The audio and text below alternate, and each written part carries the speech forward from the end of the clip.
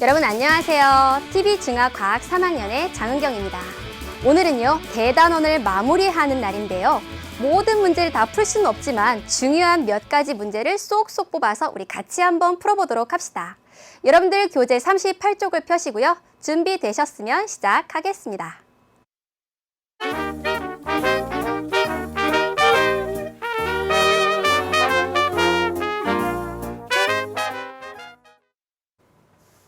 여러분들 교재 38쪽 3번 문제부터 보도록 하겠습니다. 다음은 여러 물질의 대전열을 나타낸 것이다. 털과 죽과 고무 막대를 마찰시켰을 때 플러스 전화, 마이너스 전화로 대전되는 물질의 전자의 이동 방향을 옳게 나타낸 것은, 우리가 대전열이라고 하는 거 첫 시간에 배웠는데요.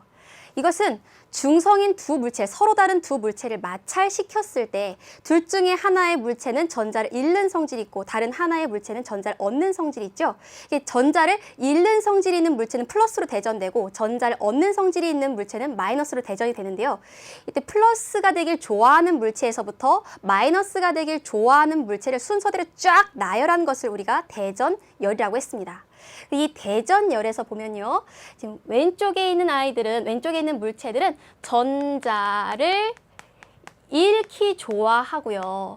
그래서 전자를 잃으면 플러스 전하량이 마이너스 전하량보다 더 많아지죠. 그래서 플러스 전기를 띠게 됩니다. 그럼 반대로 오른쪽으로 갈수록요, 전자를 얻기 좋아합니다. 그래서 중성인 물체가 전자를 얻게 되면 플러스 전하량보다 마이너스 전하량이 많아져서 마이너스 전기를 띠게 되는 것이죠. 지금 이러한 대전열 중에 다 볼 필요 없습니다. 털가죽과 고무막대, 이 둘만 보도록 하겠습니다. 그럼 이 둘 중에 털가죽은 왼쪽에 있지요. 전자를 더 잃기 좋아한다는 거지요. 중성인 두 물체를 마찰시켰을 때 그럼 고무는 전자를 얻기 더 좋아합니다. 그럼 전자는 어디에서 어디로 이동했을까요? 전자를 잃기 좋아하는 털가죽에서부터 고무 쪽으로 전자들이 이동을 하게 될 겁니다. 그래서 털가죽은 플러스 전기를 띠게 되고 고무는 마이너스 전기를 띠게 되겠죠. 그럼 보기에서 그 내용을 한번 살펴볼까요? 플러스 전하를 띠는 것은 털가죽이죠. 그래서 털가죽을 제외한 3번, 4번, 5번은 답에서 제외하고요. 다음 마이너스를 띠길 좋아하는 것은 고무이죠. 지금 고무 둘 다 해당되고요. 그럼 전자의 이동 방향은 털가죽에서 고무 방향이니까 1번만 답이 되겠네요. 따라서 정답은 1번이 되겠습니다. 그럼 다음 문제 한번 살펴볼까요? 여러분들 교재 38쪽 4번 문제입니다. 다음은 네 종류 물체 A에서 D를 서로 마찰시켰을 때 각 물체가 띠는 전기를 나타낸 것이다. A에서 D를 플러스 전기를 띠기 쉬운 물체부터 순서대로 쓰시오. 이것이 바로 대전열을 만들라는 뜻이죠. 그럼 우리 대전열을 한번 만들어 보겠습니다. 전자를 잃어서 플러스 전기를 띠기 좋아하는 물체들을 왼쪽에, 전자를 얻어서 마이너스 전기가 되길 좋아하는 물체들을 우리가 오른쪽에 이렇게 표시를 하도록 하겠습니다. 그러면 각각의 내용부터 볼까요? 중성의 A, B 두 물체를 마찰시켰더니 B가 플러스 전기를 띠고 A가 마이너스 전기를 띄었네요. 그러면 이 대전열에서 B는 왼쪽에, 그 다음 A는 B의 오른쪽에 이렇게 표현을 하면 B는 플러스, A는 마이너스로 대전된다는 뜻이 되지요. 다음 이번에는 A와 C를 한번 마찰시켜 봅시다. 그랬더니 A가 플러스, C가 마이너스 전기를 띱니다. 그럼 이 대전열에서 A를 왼쪽에, 그리고 C를 오른쪽에 이렇게 순서대로 나열해주면 되겠죠. 그 다음 B와 D를 마찰시키면 B가 플러스, D가 마이너스 전기를 띈다고 하니까 이 대전열에서 B를 왼쪽에, D를 오른쪽에 두어야 하는데 문제는 D의 위치가 B와 A 사이인지 A와 C 사이인지 이 바뀐지 아직 모르죠. 요 세 번째 경우는 넘어가고요. 마지막 네 번째 경우 보겠습니다. 중성인 C와 D를 마찰시켰더니 C가 플러스, D가 마이너스 전기를 띄었다고 합니다. 그러면 C는 대전열 왼쪽에, 그리고 D는 대전열 오른쪽에 놔야 되겠죠. 이렇게 하면 대전열의 순서가 완성되었습니다. 따라서 플러스 전기를 띠기 쉬운 물체부터 순서대로 나열하면 B, A, C, D 순서가 되겠습니다. 그럼 다음 문제 한번 살펴볼까요? 여러분들 교재 38쪽 6번 문제입니다. 그림은 접촉되어 있는 가벼운 금속구 A, B가 있습니다. 접촉되어 있지요. 이 금속구에 마이너스로 대전된 플라스틱 막대를 가까이 가져간 모습을 나타낸 것이다. 플라스틱 막대를 가까이 한 상태에서 대전체를 가까이 한 상태에서 A와 B를 떼어냈을 때 A와 B가 띄는 전기를 각각 옳게 짝지은 것은, 그럼 이 상황을 한번 볼까요? 지금 A와 B는 중성의 물체입니다. 중성의 물체인데 마이너스로 대전된 이 물체를 가까이 가져가면 이 속에 들어있었던 원자핵과 전자 중에서 이 대전체로부터 영향을 받아 이동할 수 있는 것은 전자밖에 없죠. 그렇다면 이 전자는 어느 쪽으로 움직일까요? 전자는 마이너스 대전체와 청력이 작용하기 때문에 이 대전체에서부터 최대한 멀리 이동하려고 합니다. 따라서 A 금속구의 왼쪽에 전자들이 많이 이동을 하게 되어서요. 이 왼쪽 부분은 마이너스 전하를 띠게 될 거고요. 상대적으로 오른쪽 부분은요. 이쪽에 원자핵과 전자가 균일하게 있었는데 전자들이 왼쪽으로 우르르 몰려갔으니까 원자핵의 플러스 전하량이 전자의 마이너스 전하량보다 더 많아지게 되겠죠. 그래서 비금속공의 오른쪽 부분은 플러스로 대전되게 됩니다. 이렇게 중성이었던 물체의 대전체를 가까이 가져가면 이 안에서도 이게 부분적인 전기를 띠게 되는데 이러한 현상을 우리가 정전기 유도라고 했습니다. 근데 이렇게 대전체를 가까이 된 상태를 계속 유지하면서 A공과 B를 떼어내면 어떻게 될까요? 그럼 A는 마이너스로만 대전된, 그리고 B는 플러스로만 대전된 그런 금속구가 되겠습니다. 따라서 보기에서 한번 찾아볼까요? A는 마이너스, B는 플러스로 대전된 금속공. 4번이 정답이 되겠습니다. 그러면 다음 문제 살펴보도록 할까요? 39쪽 7번 문제입니다. 그림은 전체적으로 플러스 전하로 대전된 검전기를 나타낸 것이다. 이 검전기에 플러스 대전체를 가까이 할 때 가와 마이너스 대전체를 가까이 할 때 나, 금속박의 변화를 옳게 짝지은 것은? 그럼 지금 이 검전기 전체가 플러스로 대전되어 있습니다. 근데 여기서 주의할 것은요. 이 검전기가 플러스로 대전되어 있다 하더라도 이 속에 전자는 일부 남아 있다는 겁니다. 전자가 아예 없는 건 아니죠. 원자핵의 플러스 전하량이 전자의 마이너스 전하량보다 많아서 플러스로 대전된 것일 뿐이지 전자가 아예 하나도 없는 건 아닙니다. 그러한 상황이란 걸 우선 알아두시고요. 그럼 가부터 한번 생각해 볼까요? 플러스 대전체를 가까이 하는 상황을 여기다 그려볼게요. 이렇게 플러스 대전체를 가까이 하게 되면요. 이 속에 들어있는 적겠지만, 많지는 않겠지만 전자들이 이동하게 될 겁니다. 어느 방향으로 이동하게 될까요? 이 속에 들어있는 전자들은 플러스 대전체로부터 인력을 받게 되죠. 따라서 금속박에서부터 금속판 쪽으로 이동하게 됩니다. 그러면 가뜩이나 지금 전자가 부족해서 플러스로 대전된 플러스 전기를 띠고 있는 이 금속박은 이 금속박에서 전자가 더 이탈되지요. 그러면 이쪽에 금속박의 플러스 전하량은 더 심해지겠죠. 다음, 그러면 금속판 부분 한번 생각을 해볼까요? 전자를 공급받았죠. 전자를 공급받았기 때문에 플러스 전하량의 일부가 상쇄되어서 플러스 전하량은 처음부터 줄어들게 될 것입니다. 그러면 금속박을 보면요. 이 지금 왼쪽에 플러스 2개, 오른쪽에 플러스 2개로 표현되어 있었던 이 상황보다 지금 플러스 전하량이 훨씬 더 많아졌죠. 근데 둘 다 같은 종류의 전기를 띠죠. 따라서 둘 사이에 작용하는 청력이 더 강력해집니다. 그러면 금속박은 더 심하게 벌어지게 되겠죠. 그럼 여기에서 더 벌어진다 의 상황을 보면 지금 1번, 2번은 틀리고요. 5번도 틀리고 남는 것은 3번, 4번 중에 답이 있겠네요. 다음 나의 상황을 한번 보겠습니다.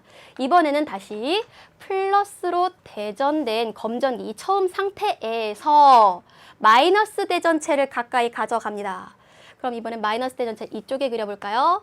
마이너스 대전체를 가까이 가지고 가면 이번에도 이 속에 들어있었던 굉장히 적은 양이겠지만 전자들이 이동할 겁니다. 어느 쪽으로 이동할까요?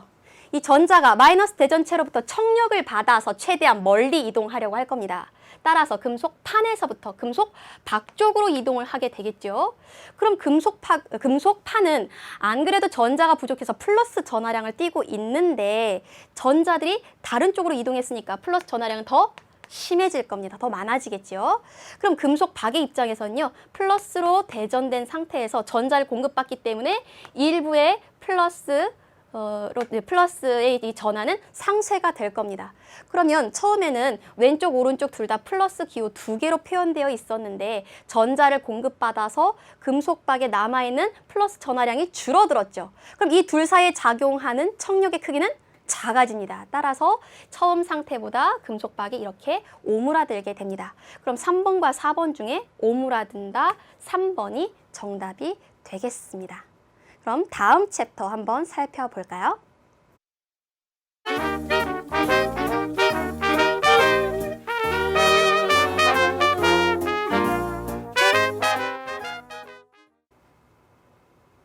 그 다음 문제 한번 살펴보도록 하겠습니다. 여러분들 교재 41쪽 19번 문제입니다. 그림과 같이 3개의 저항을 연결한 후 30V의 전압을 걸어주었다. 이에 대한 설명으로 옳은 것만을 보기에서 있는 대로 고른 것은? 그럼 이 그림 먼저 정리를 해보겠습니다. 첫 번째 저항 30옴을 첫 번째 저항 R5이라고 표현하고요. 그리고 20옴을 두 번째 저항 R2라고 하겠습니다. 그리고 마지막 10옴 이 저항을 R3라고 표현을 하겠습니다. 그러면 지금 두 번째 저항과 세 번째 저항은 직렬로 연결되어 있네요. 그렇죠? 그리고 이 두 번째, 세 번째 저항을 합한 합성 저항을 우리가 R'이라고 논다면 이 두 번째, 세 번째 저항을 합한 이 덩어리 R'과 첫 번째 저항은 병렬로 연결된 상태입니다. 그렇죠? 그리고 지금 전체 전압이 30V이네요.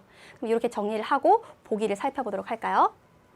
기억, 전체 저항은 15옴이다. 전체 저항을 한번 구해보도록 하겠습니다. 지금 이 3개의 저항 중에 2개는 직렬, 그리고 이것과 첫 번째 저항이 병렬로 연결되어 있죠. 그럼 전체 합성 저항을 구할 때의 순서는 이 둘을 먼저 합한 다음에 그리고 이것과 합성 저항을 구해야 되겠죠. 그러면 이 둘을 합한 합성 저항을 R'이라고 해보겠습니다. 그러면 직렬로 연결된 2번과 3번 저항은요. 합하면 각각의 저항을 단순히 더하면 되죠. 직렬 연결에서는 저항이 많아지면 많아질수록 길이가 길어지는 효과가 나죠. 따라서 저항이 점점 더 커집니다. 그래서 전체 저항은요. 각각의 저항을 더한 값과 같습니다. 그래서 두 번째 저항과 세 번째 저항 값을 더하면요. 20옴 더하기 10옴 해서 총 30옴이 되겠습니다. 지금까지 구한 것은요. 두 번째와 세 번째의 저항을 합한 R', 이 값이 30옴이라는 겁니다. 그런데 아직 우린 갈 길이 멀었죠. 이 위에 있는 저항까지 같이 합성 저항을 구해야 됩니다. 근데 이 1번 저항과 R' 저항은 병렬로 연결되어 있죠. 그럼 병렬로 연결되어 있을 때는 저항의 개수가 늘어나면 늘어날수록 전체 저항의 단면적이 두꺼워지는 효과가 있기 때문에 저항값은 오히려 작아지죠. 그럼 그때 전체 저항 구하는 공식을 한번 정리를 해볼까요?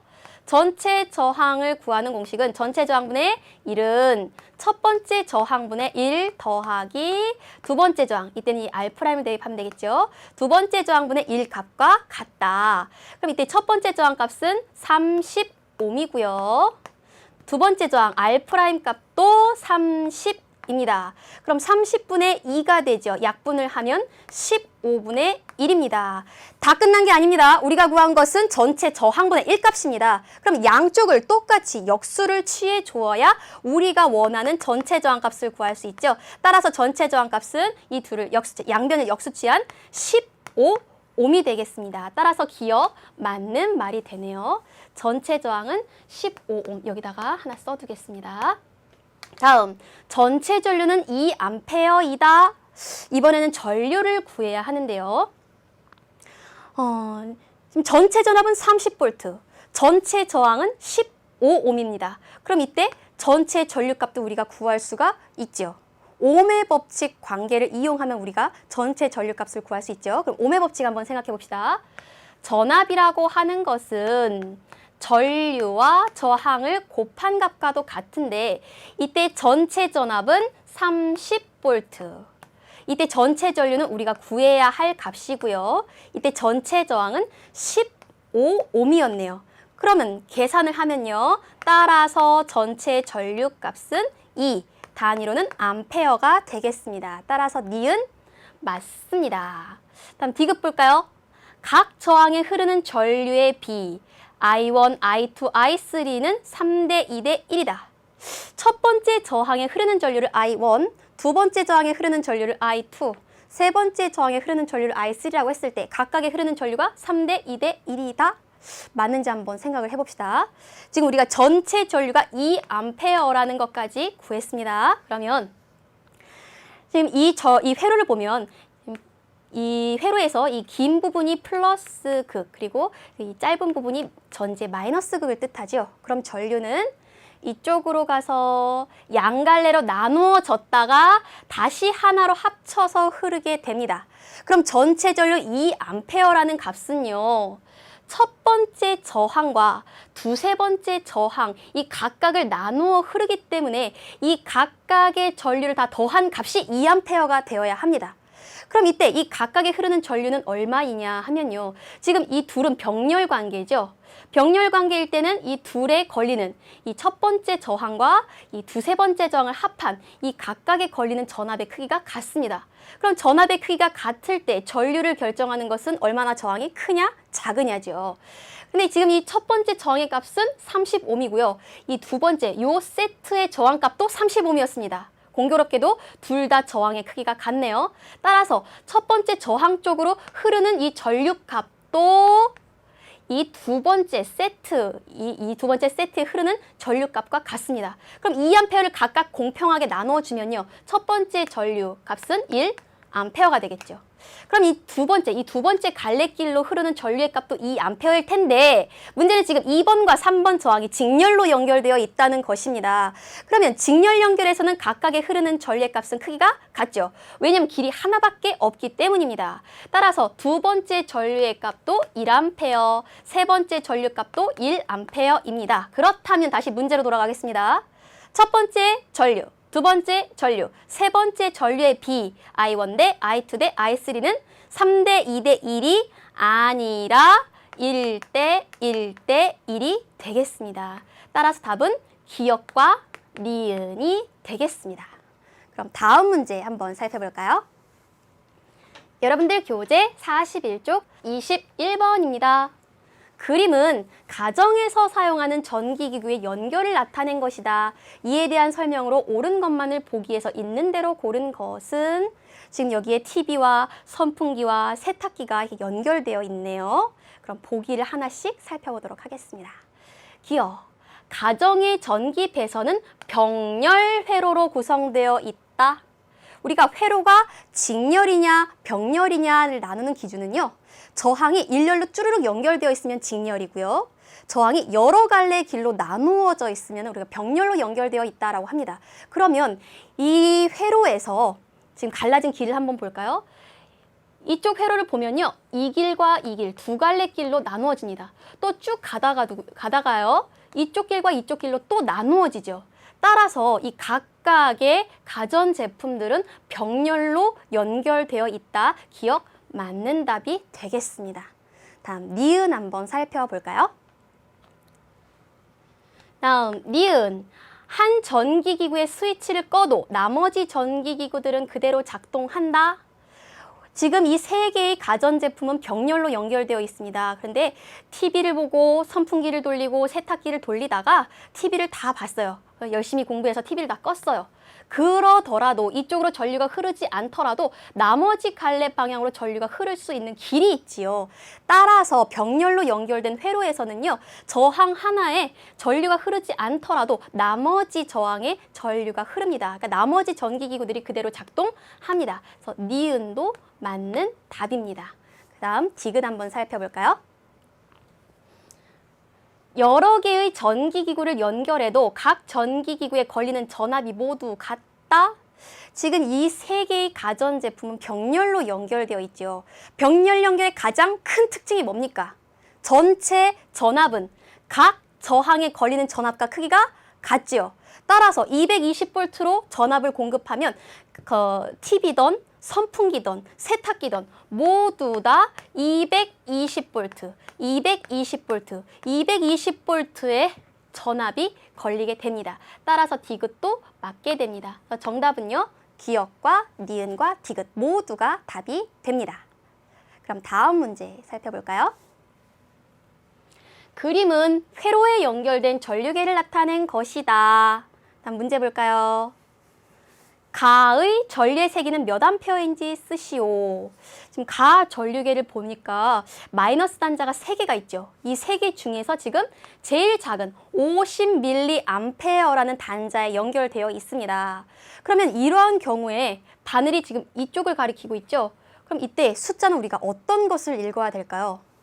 지금 우리가 읽어야 될 숫자 줄이 하나, 그리고 둘, 셋이 있습니다. 이 셋 중에서 가장 우리가 마이너스 단자 중에 가장 크기가 작은 이 50mA에 연결되어 있죠. 따라서 이 50mA가 들어있는 이 줄에서 이 눈금이 가리키는 그 숫자를 읽어야 합니다. 그럼 이 숫자가 얼마이냐? 30mA라고 여기 표시되어 있죠. 그럼 이것을 우리가 암페어 단위로 바꿔야 됩니다. 그러면 밀리암페어를 암페어로 바꾸는 과정 한번 생각해 봅시다. 앞에 밀리라는 접두사가 붙으면요. 그것은 기본 단위보다 1000분의 1 작다는 뜻이 됩니다. 그럼 이 둘을 같게 맞추려면 밀리암페어에 1000을 곱해야 1암페어가 되겠죠. 그럼 간단한 비례식입니다. 1000mA가 1암페어죠. 그렇다면 30mA는 몇 암페어? 그렇죠. 0.03암페어가 되겠습니다. 다음 두 번째 문제 한번 볼까요? 이번에는 나를 보는데요. 전류계의 방향이 나와 같이 움직였을 때 전류의 세기를 정확하게 측정하기 위한 방법을 서술하시오. 우리가 전류계를 처음 사용할 때요. 0점이 되는지, 그러니까 전류를 흘려주지 않았을 때 전류계 방향이 0을 가리키는지 먼저 보고요. 그 다음에 전지의 플러스 극과 연결된 도선을 전류계의 플러스 단자에, 그리고 전지의 마이너스 극과 연결된 도선을 전류계 마이너스 단자에 연결을 해야, 그래야 이 전류계의 바늘이 0에서부터 이렇게 출발해서 정확한 전류의 값을 우리가 알 수가 있는데요. 지금 문제는 바늘이 오른쪽으로 가야 되는데 왼쪽으로 갔다는 겁니다. 그렇다는 것은 우리가 원하는 방향으로 전류가 흐르지 않고 반대 방향으로 전류가 흘렀다는 것이죠. 그러면 이러한 문제를 해결하기 위해서는 어떻게 해야 될까요? 플러스와 마이너스의 단자를 서로 바꿔 끼면 되겠죠. 그러니까 우리가 전류의 방향을 잘못 연결해서 이러한 일이 생긴 겁니다. 따라서 플러스 단자, 마이너스 단자에 연결된 도선을 서로 바꿔 끼우면 이 문제를 해결할 수 있습니다. 그럼 다음 문제 한번 살펴볼까요? 여러분들 교재 43쪽 32번입니다. 그림과 같은 종류의 전구 A, B, C, D, E가 있는데 여기에 같은 전압의 전지에 연결되어 있다. 그렇다는 것은요. A에서부터 D까지 같은 종류의 전구와 연결되어 있기 때문에 모든 전구의 저항값이 같다는 뜻입니다. 다음, 전체 전압이 같지요? 그래서 전체 전압, V라고 표현을 할게요. 같습니다. 그럼 A에서 E까지 밝기, 이 전구의 밝기를 등호 또는 부등호를 이용해서 비교하고 왜 그런지 그 이유를 서술하시오라고 쓰여 있네요. 이 단서가 중요합니다. 전구의 밝기는 전구에 걸리는 전압과 전류의 세기에 비례한다. 그럼 이 단서를 다시 볼게요. 전구의 밝기는 전압의 세기와 비례하고 전류의 세기와도 비례한다. 그렇다면 전압과 전류를 곱한 값과도 비례하다는 거죠. 그럼 이때 전압과 전류를 곱한 값을 우리가 뭐라고 불렀죠? 소비되는 전력이라고 했습니다. 전력. 따라서 지금 A, B, C, D, E 이 모든 전구에 소비되는 전력을 구하면 그 전력값이 크면 클수록 전구가 밝은 거고요. 전력값이 작을수록 전구는 어둡다는 겁니다. 그러면 이 그림 중에서요. A의 상황을 먼저 살펴보고 이것을 BC 그리고 이것을 DE와 비교를 해보도록 하겠습니다. 지금 A는 전구가 하나만 있네요. 이 A의 전구의 저항값을 우리가 R이라고 임의로 정하겠습니다. 그리고 전체 전압을 V라고 할게요. 그럼 이때 이 전구에 흐르는 전류값도 임의로 I라고 하겠습니다. 그렇다면 이 전구에서 소비되는 전력은 전압 곱하기 전류가 되겠죠. 전체 전압 V 그리고 이 저항에 흐르는 전류 I 이 둘을 곱한 V I만큼의 전력을 소비하게 됩니다. 다음 두 번째 상황 볼까요? 이번에는 두 개의 전구가 일렬로 연결되어 있습니다. 즉 직렬로 연결되어 있습니다. 그럼 저항이 직렬로 연결되어 있을 때는 저항이 하나일 때보다 저항이 두 개일 때 저항값이 더 커지죠. 이때 저항이 지금 두 개죠. 그럼 저항이 하나일 때보다 저항이 2배 더 커지게 됩니다. 그러면 전압은 여기에 공급되는 전압은 변함이 없는데 전체 전압은 변함이 없는데 저항이 2배로 커졌으니 여기에 흐르는 이 전체 전류값은 반으로 줄어들게 되죠. 따라서 이 회로에서 전체 흐르는 전류값은 여기 아까 반대로 표시했네요. 전류값은 2분의 1 I가 되겠습니다. 이때와 비교했을 때 반으로 줄어드는 거죠. 근데 이 전류라고 하는 것은 직렬 연결일 때는 C를 통과한 전류값이나 B를 통과한 전류값이나 크기가 같죠. 따라서 B에서의 전류값 2분의 1I, C에 흐르는 전류의 값도 2분의 1I입니다. 왜냐하면 길이 하나밖에 없잖아요. 그럼 이제 전압을 한번 생각을 해볼게요. 전체 전압이 V입니다. 그런데 각각의 저항이 직렬로 연결되어 있습니다. 그러면 직렬 연결에서의 전체 전압은 각각의 전구에서 소모하는 전압을 더한 것과 크기가 같죠. 그렇죠? 근데 둘 다 지금 저항 크기가 같습니다. 따라서 전체 전압 V를 사이좋게 나누어 갔습니다. 그래서 B에 걸리는 전압 2분의 1 V, C에 걸리는 전압도 2분의 1 V가 되겠습니다. 그러면 B, C에서 소모하는 전력은 이 둘을 곱한 값과 같죠. 따라서 전압과 전류를 곱한 2분의 1 V와 2분의 1 I를 곱한 4분의 1 VI만큼의 전력을 소모하게 됩니다. 이때 B와 C는 전력이 같고요. 이제 D, E와 A를 한번 비교해 보도록 하겠습니다. 이번에는 D와 E가 병렬로 연결되어 있습니다. 그럼 병렬 연결의 가장 큰 특징이 뭔가요? 전체 전압이 각 저항에 걸리는 전압과 크기가 같다는 것입니다. 그래서 D에 걸리는 전압도 V, E에 걸리는 전압도 V입니다. 다음 이제 전류를 한번 생각을 해볼까요? 이 회로 전체에 흐르는 전류를 한번 생각해 보도록 하겠습니다. 저항이 하나 있을 때에 비해서 저항이 2개 있을 때, 특히 병렬 연결에서는요, 저항의 개수가 많아지면 많아질수록 단면적이 넓어지는 효과죠. 그래서 저항 크기는 오히려 작아집니다. 특히 저항이 지금 똑같은 크기의 저항이 2개가 병렬로 연결되면요, 이 하나 있을 때보다 저항값은 반으로 줄어듭니다. 그럼 전체 전압은 이때와 같은데 전체 저항값이 반으로 줄어들기 때문에 전체 흐르는 전류는 저항이 오히려 작아지니까 전류는 더 잘 흐르게 되죠. 2배 더 커지게 됩니다. 따라서 전체 전류는 2I만큼으로 표현을 하면 되겠네요. 죄송합니다. 근데 이때 이 전류는요, 병렬 연결이기 때문에 D와 E로 나누어져서 흐르게 됩니다. 근데 둘 다 지금 전압이 같고 저항도 크기가 같죠. 따라서 같은 크기의 전류가 나누어서 흐르게 되는데요. 이 I가 각각 나누어서 흐르게 되면 각각 I만큼의 전류가 흐른다고 할 수 있겠죠. 그럼 D와 E 각각에서 소모하는 전력은 전압과 전류를 곱한 VI만큼이 되겠습니다. 그러면 이제 전력을 쭉 비교를 해볼까요? A 전구에 소비하는 전력은 VI만큼, B와 C 각각이 소비하는 전력은 4분의 1 VI만큼, D와 E가 각각이 소비하는 전력은 VI만큼입니다. 전력이 가장 큰 것은 A, D, E가 되겠죠. 따라서 A, D, E는 가장 밝고요. 그 다음은 B와 C가 4분의 1 VI만큼의 전력을 소모하죠. 그래서 B와 C가 A, D, E보다 전구의 밝기가 더 어두울 것입니다. 그리고 그 이유는요. 전구의 밝기라고 하는 것은 전압과 전류를 곱한 이 전력에 비례한 값이기 때문입니다. 그럼 다음 챕터를 살펴볼까요?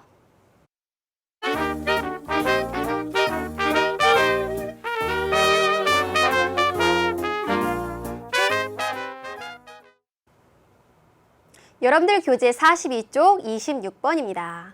그림과 같이 직선도선 A와 B를 평행하게 장치하고 그 사이에 나침반을 놓았을 때 나침반의 N극이 남쪽을 가리키는 경우는 단 A, B 사이의 나침반까지의 거리는 같고 지구 자기장의 영향은 무시한다. 지금 여기 방위 표시가 있는데요. 이쪽이 북쪽, 그럼 반대는 남쪽. 왼쪽은 서쪽, 오른쪽은 동쪽이 되겠지요. 이때 이 나침반의 N극이 남쪽을 향할 때, 그러니까 이 아래쪽, 지금 이 그림과 같은 이 방향을 가리키는 경우를 고르라는 문제입니다. 그럼 보기를 하나씩 살펴볼까요? 1번, A에만 전류가 위쪽으로 흐를 때, 그럼 A에만 전류가 위쪽으로 흐르게 된다면 이것을 감는 방향의 자기장이 형성되는데요. 우리가 오른 나사의 법칙을 이용했죠. 이제 엄지손가락이 직선 전류의 전류 방향, 나머지 네 손가락이 감는 방향이 자기장의 방향이죠. 따라서 위에서 내려다 봤을 때에는요. 방해 표시를 잠깐 지우겠습니다. 위에서 내려다 봤을 때는요. 이 도선을 감는 방향으로 이러한 방향의 반시계 방향의 자기장이 형성됩니다. 그럼 이때 이 나침반에 있는 위치에서 한번 생각을 해볼까요? 이 동심원에서 이 나침반은 이 원의 접선 방향으로 자기장을 받게 됩니다. 따라서 나침반의 N극은 오히려 북쪽을 향하게 되지요. 따라서 1번 틀립니다. 다음 2번 볼까요?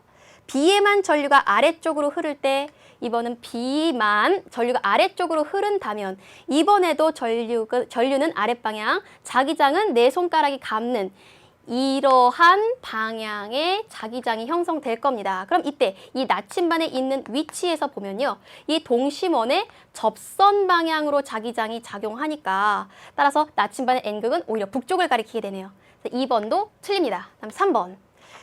A, B와 같은 세기의 전류가 모두 위쪽으로 흐를 때 이번에는 A도 위로, B도 위로 전류가 흐르는데 같은 세기의 전류가 흐르죠. 그리고 A에서 B에서의 거리는 모두 같습니다. 그럼 A에 의한 자기장이 반시계 방향으로 형성이 되고 B에 의한 자기장도 반시계 방향으로 형성이 되는데 지금 그 사이에 있는 나침반은요. 지금 원의 접선 방향, 이 방향과 이 방향으로 만들어지는 자기장의 크기가 같게 되겠죠. 그러면 지금 같은 지점에서 서로 반대 방향의 같은 크기의 자기장이 형성된다면 이 나침반은 움직이지 않을 겁니다. 따라서 3번도 틀립니다. 다음 4번 볼까요? A와 B의 같은 세기의 전류가 흐르는 건 3번과 지금 동일한데 전류가 모두 아래쪽으로 흐를 때 이 상황 한번 보겠습니다. A와 B에 흐르는 전류가 모두 아랫방향일 때는요. 엄지손가락 전류 방향 아래로 하고 이때 만드는 자기장의 방향을 보면요. 위에서 내려다 보면 시계 방향으로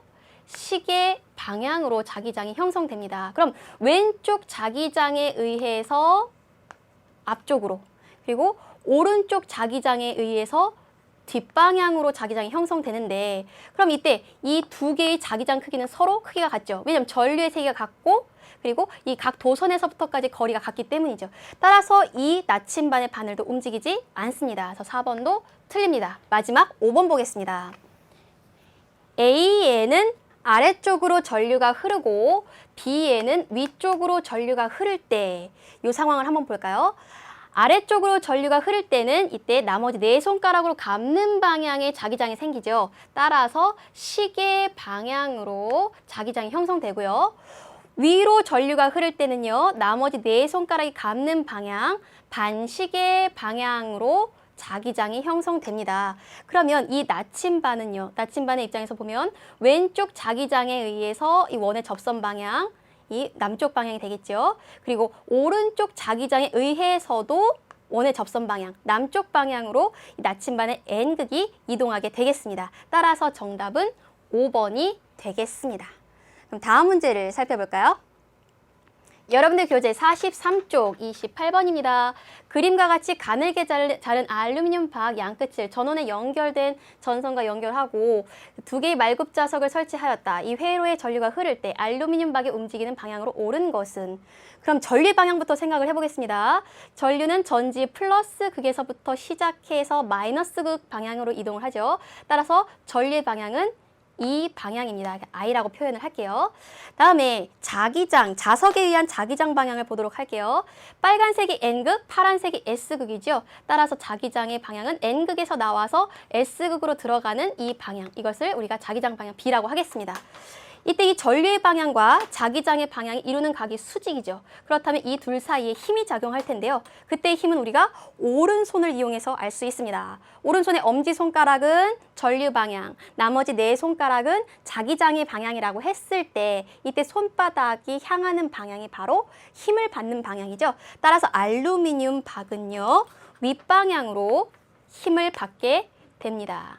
이것을 우리가 F라고 표현을 하겠습니다. 그럼 선택지에서 답을 볼까요? 정답은 1번 윗방향이 되겠습니다. 그럼 다음 문제 살펴보도록 하겠습니다. 교재 43쪽입니다. 그림과 같이 자석에 의해 만들어지는 자기장 속에 한 번 감은 코일을 넣고 화살표 방향으로 전류를 흘려주었다. ABC에서 받는 힘의 방향을 옳게 짝지은 것은? 이것은 전동기의 구조를 간단하게 나타낸 것이네요. 그럼 각 부분별로 한번 살펴보도록 하겠습니다.